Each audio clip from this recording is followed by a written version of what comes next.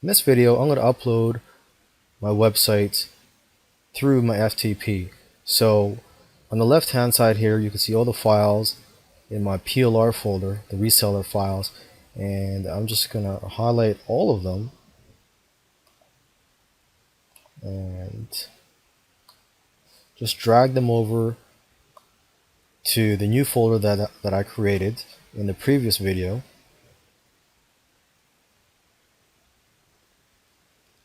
And I'm just going to pause this video and come back when all these, oh actually that was pretty quick, all the pages have been uploaded now.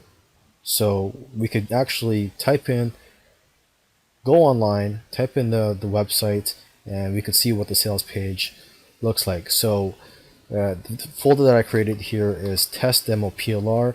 So when I go to the internet, I would just type in first the name of the domain. So if it's abc.com, you would type that in. But for this example, it's going to be francisauktiontips.com/test demo PLR/ the page that you want to look at.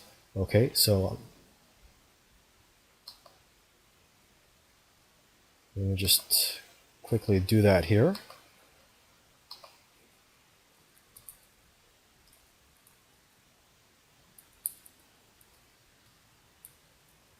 Test demo PLR, because as you can see, that's the name of the folder. And then sales copy, sales page, copy.html. Okay, and there you go. Alright, you could scroll down and you can see the changes that I've made. Right here is that little button that I created.